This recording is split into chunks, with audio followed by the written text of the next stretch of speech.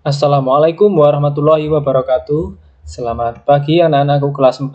Hari ini bertemu lagi dengan saya dalam mata pelajaran Pendidikan Jasmani, Olahraga, dan Kesehatan. Dan langsung saja untuk materi pada pagi hari ini kita yaitu latihan kekuatan otot tungkai. Tungkai itu apa sih? Tungkai itu bagian tubuh bagian bawah atau biasanya yang kita sebut kaki, dan sebenarnya tungkai itu bagian kaki itu bagian dari tungkai, jadi satu kesatuan. Tungkai atas, tungkai bawah, kemudian paling bawah kaki. Lanjut, kita masuk ke slide selanjutnya. Yang perlu kita bahas pertama ini yaitu kita latihan kekuatan. Jadi kita akan bahas latihan kekuatan. Nah, apa saja? Simak video ini sampai selesai ya. Latihan kekuatan memiliki berbagai variasi. Berikut penjelasannya. Kekuatan merupakan kemampuan otot untuk mengatasi beban. Kekuatan dalam tubuh harus selalu dilatih. Latihan kekuatan memiliki manfaat berikut. Yang pertama, meningkatkan kemampuan otot dan jaringan. Yang kedua, mengurangi dan menghindari cedera saat beraktivitas olahraga. Yang ketiga, membantu mempelajari atau menguasai berbagai gerakan olahraga. Nah, bagaimana cara berlatih kekuatan untuk meningkatkan kebugaran jasmani? Latihan kekuatan dilakukan dengan gerakan dan permainan berikut. Oke. Yang pertama, kita bahas dulu nanti, yaitu kita bahas latihan kekuatan otot tungkai seperti judul kita yang awal tadi, yaitu latihan kekuatan otot tungkai.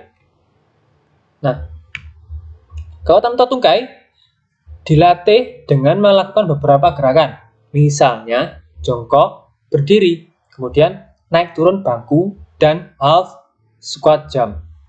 Bagaimana bentuk gerakannya? Mari simak uraian berikut ini. Nah, yang perlu kita bahas yang pertama nanti kamu yaitu jongkok berdiri, kemudian naik turun bangku, yang ketiga half squat jump. Yang pertama, jongkok berdiri. Seperti apa? Nah, bagaimana cara melakukan gerakan jongkok berdiri? Jadi posisi awalnya kamu berdiri tegak dengan kedua kaki dibuka selebar bahu. Kemudian letakkan kedua tangan di samping badan. Gerakan dilakukan dari sikap berdiri ke jongkok dan atau sebaliknya. Jadi boleh berdiri dulu, kemudian jongkok. Kemudian saat berjongkok tidak sampai ke bawah atau setengah jongkok. Gerakan dilakukan secara berulang. Lakukan gerakan secara disiplin dan tanggung jawab. Nah, gerakannya seperti ini ya. Gambarnya seperti ini. Ini saya kasih contoh, gerakannya seperti ini kira-kira ya.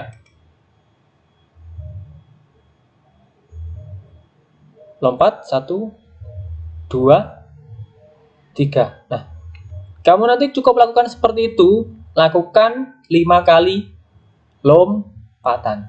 Ya, maaf, 5 kali loncatan. Jadi, 5 kali. Kemudian, selanjutnya, naik turun bangku. Nah, sebelum itu kamu nanti siapkan dulu. Boleh pakai kursi yang kecil atau apapun yang sekiranya bisa kamu gunakan untuk pijakan. Jadi, boleh kursi atau tempat yang agak tinggi sedikit, boleh tangga rumahmu atau apapun yang sekiranya dekat dengan rumahmu, yang jaraknya sekitar tingginya ini, seperti ini, 15 cm. Jadi, kekuatan otot kaki dapat dilatih dengan naik turun bangku setinggi 15 cm. 15 cm, kira-kira tingginya seperti itu. Kemudian, latihan dilakukan secara bergantian naik turun bangku bersama temanmu. Jadi, kalau kamu hari ini masih belajar di rumah, lakukan ini sendiri di rumah, sesuai yang Pak Rizal kasih contoh nanti. Kemudian, lakukan gerakan dengan disiplin dan tanggung jawab. Kalau kamu main-main, bisa jadi kamu jatuh, nanti kamu sendiri yang cedera. Kemudian, bagaimana gerakannya? Amatilah dan praktikkan gerakan seperti gambar berikut ini.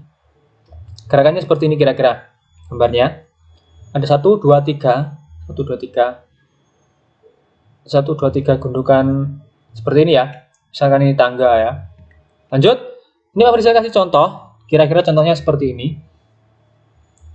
Ada 1, 2, dan 3. Nah, kemudian kalau kamu ada di rumah, punya tempat yang sekiranya seperti ini, atau tangga yang pas 3, ada 3 turunan, anak turunan tangga seperti ini, kamu bisa gunakan. Contohnya seperti ini ya. Naik turun jalan dulu, kemudian turun jalan lagi. Nah, setelah itu sambil berlari. Turun. Nah, lari, naik, turun. Nah, seperti itu. Jadi, naik turun tangga lakukan sebanyak 3 kali. Seperti tadi ya. Kemudian,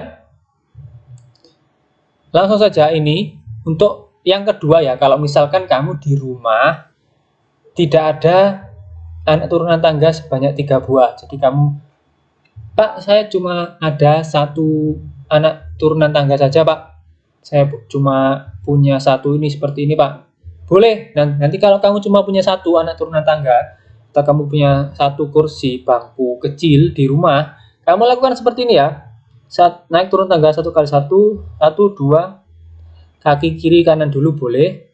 1, 2 turun, 1, 2 turun, 1, 2 turun, 1, 2 turun. Nah, lakukan seperti ini. Contohnya seperti ini. Nah, seperti ini. Contohnya seperti ini, lakukan sebanyak 10 kali. 1, 2. Jadi 1, 2, 3, 4, 5, 6, 7, 8, 9, 10. Nah, kalau kamu cuma ada 1 anak turunan tangga. Nah, lanjut. Kita bahas untuk gerakan yang ketiga, half squat jump. Amatilah kegiatan half squat jump seperti gambar. Nah, gambarnya seperti apa? Gambarnya seperti ini kira-kira ya. Ini seperti di buku paket kamu PJOK, seperti ini. Nah, gambarnya seperti ini. Kemudian praktekkan aktivitas tersebut bersama temanmu secara disiplin. Nah, berhubung kamu masih di rumah, masih belajar dari rumah, masih dalam kondisi seperti ini, masih dalam kondisi COVID, jadi lakukan seperti ini di rumah saja, sendiri ya. Kemudian, amati gerakan. Kalau kamu nanti sudah masuk, kamu bisa mengamati gerakan temanmu. Kemudian bandingkan dengan gerakanmu. Jelaskan hasil pengamatanmu kepada teman dan guru secara santun. Latihan half squat jump dilakukan dengan posisi berdiri. Kedua kaki tetap berada di lantai, kedua tangan berada di kepala.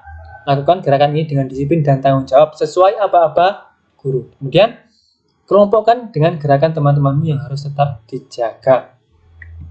Contohnya seperti ini ya.